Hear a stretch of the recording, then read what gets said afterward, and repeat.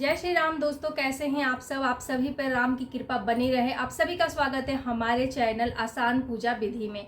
आज मैं आप लोगों के साथ शेयर करने वाली हूँ अक्षय तृतीया कब है, अक्षय तृतीया पे हमें क्या खरीदारी करनी है, अक्षय तृतीया का शुभ मुहूर्त क्या है पूजा का, अक्षय तृतीया पे खरीदारी का शुभ मुहूर्त क्या है, सब कुछ जानेंगे। और बहुत लोगों का कंफ्यूजन है कि अक्षय तृतीया आखिर मनाए किस दिन, 19 तारीख को या फिर 20 तारीख को। तो ये सारा कुछ कंफ्यूजन आपका दूर करेंगे इस वीडियो में।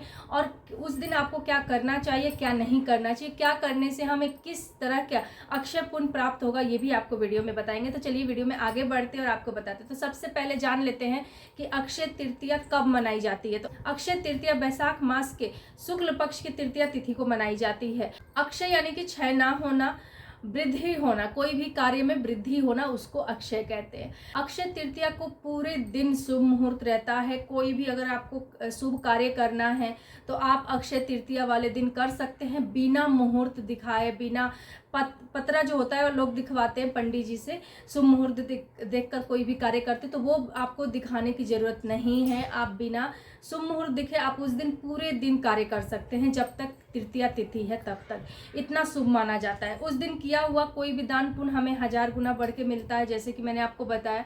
हाँ, उस दिन अबूझ मुहूर्त भी कहा जाता है अक्षय तृतीया को। तो चलिए अब जान लेते हैं कि अक्षय तृतीया आखिर मनाए किस दिन, 19 तारीख को या फिर 20 तारीख को। तो बहुत लोग कंफ्यूज है कि अक्षय तृतीया किस दिन मनाए। कुछ लोग 20 को मना रहे हैं, कुछ लोग 19 को मना रहे हैं। तो देखिए, अक्षय तृतीया हम लोग में सनातन धर्म में तिथि को मान के ही किया जाता है। डेट से हम लोग को कोई मतलब नहीं होता है।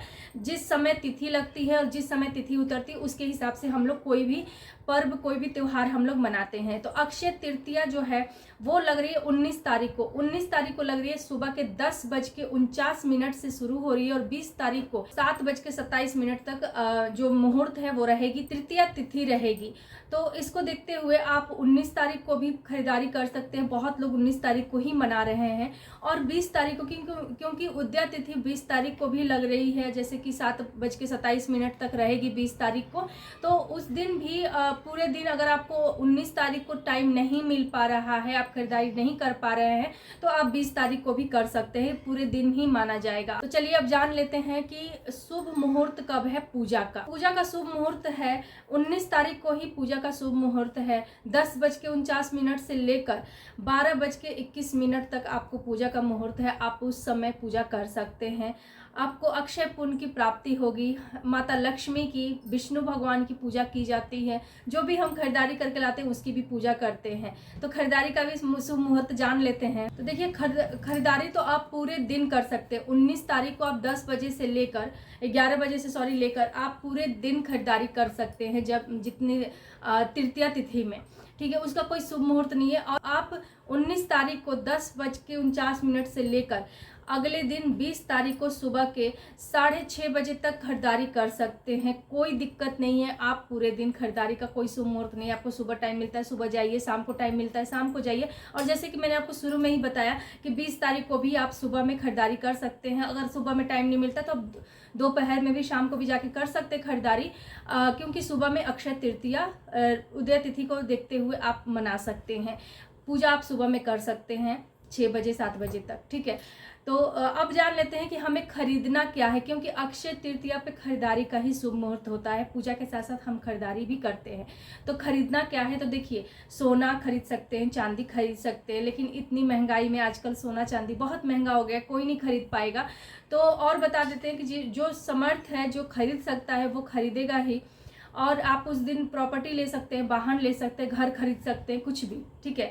ये तो रहा कि जिसके पास है, समर्थ है, वो खरीद सकता है। जो नहीं खरीद सकता है उनको क्या खरीदना चाहिए, तो उनको आप जौ खरीद सकते हैं।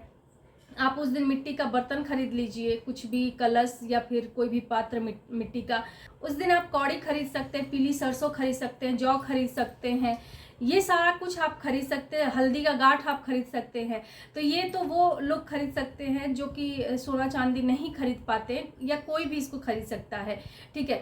तो अक्षय तृतीया एक तरह से मैं आपको बता दूं कि जैसे धनतेरस पे हम लोग खरीदारी करते हैं, बर्तन का खरीदारी करते हैं, आप अक्षय तृतीया पे भी पीतल के बर्तन की खरीदारी कर सकते हैं।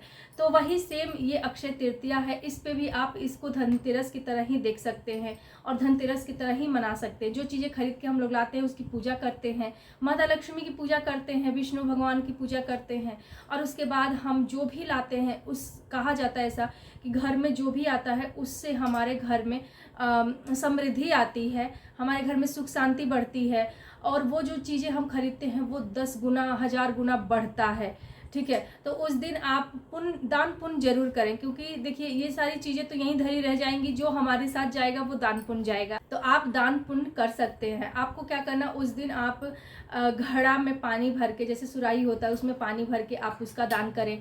आप उस दिन पंखा का दान करें। ठीक है, आप उस दिन कोई भी सीजनल जो फल है फूल है उनका दान करें, मंदिर में ले जाकर, या फिर जो भी ज़रूरतमंद है उनको कुछ भी आप दान कर सकते हैं। कपड़े का, खाने का, पीने का, अन्न का दान कर सकते हैं। जो भी दान करेंगे वो आपको बढ़ के मिलेगा। ठीक है, अक्षय पुण्य की प्राप्ति होगी। चलिए जान लेते हैं कि हमें अक्षय तृतीया पे क्या नहीं करना चाहिए। तो हमें अक्षय तृतीया पे कोई भी तामसिक भोजन नहीं करना चाहिए।